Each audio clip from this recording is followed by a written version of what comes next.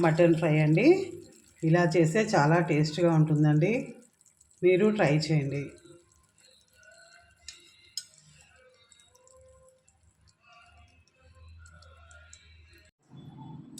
Hello friends, ఇవాళ నేను mutton fry చేసి చూపిస్తానండి.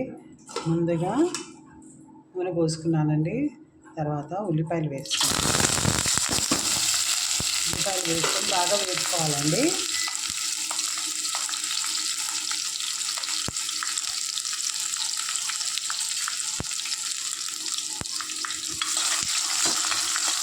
బాగా వేసుకోవాలి. కొంచెం బ్రౌన్ కలర్ వచ్చే వరకు వేసుకోవాలండి ఉల్లిపాయలని. తర్వాత అల్లం వెల్లుల్లి మిరియాలు కొంచెం గరం మసాలా అండి, చెక్క పట్ట లవంగా వేసి గ్రైండ్ చేసుకుంటున్నాను. 1/2 కేజీ మటన్ తీసుకున్నానండి. శుభ్రంగా కడుక్కొని పెట్టుకున్నాను.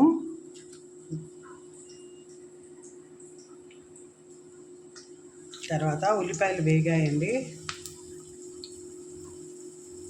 తర్వాత అల్లం వెల్లుల్లి పేస్ట్, మిరియాలు గరం మసాలా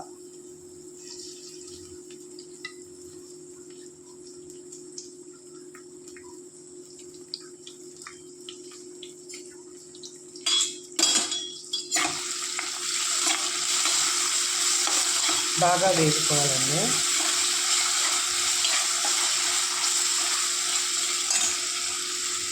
బాగా వేగిపోయిందండి. ఇప్పుడు దీంట్లో మటన్ వేసుకోవాలండి. శుభ్రంగా కడుక్కున్నాను, నీళ్ళు లేకుండా తీసి సిమ్లో పెట్టుకోవాలండి.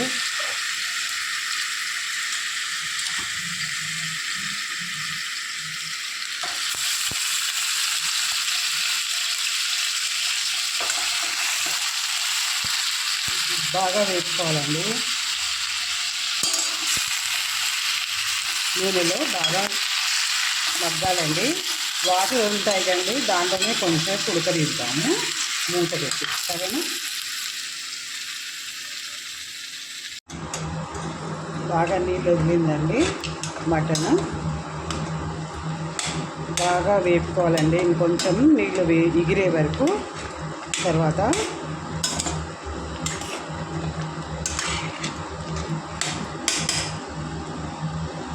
ఎగిరిన తర్వాత చూపిస్తానండి. పచ్చిమిరపకాయలు వేసుకున్నానండి.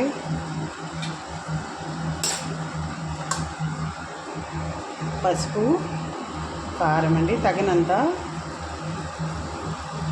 మిరియాలు వేసాం కదండి, కొంచెం చూసి వేసుకోవాలి కారం, లేకపోతే ఘాటు అయిపోతుందండి.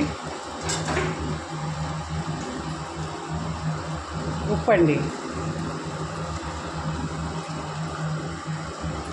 ధనియాల పొడి అండి, అంతేనండి. కలిపేసేసి ఇంకా విజిల్ పెట్టాలండి. విజిల్ పెడితే ఒక 6 విజిల్స్కి కూర ఉడికిపోతుందండి. అంతేనండి. మటన్ ఫ్రై అండి. సింపుల్గా ఏం మసాలాలు ఏం లేకుండా మటన్ ఫ్రై.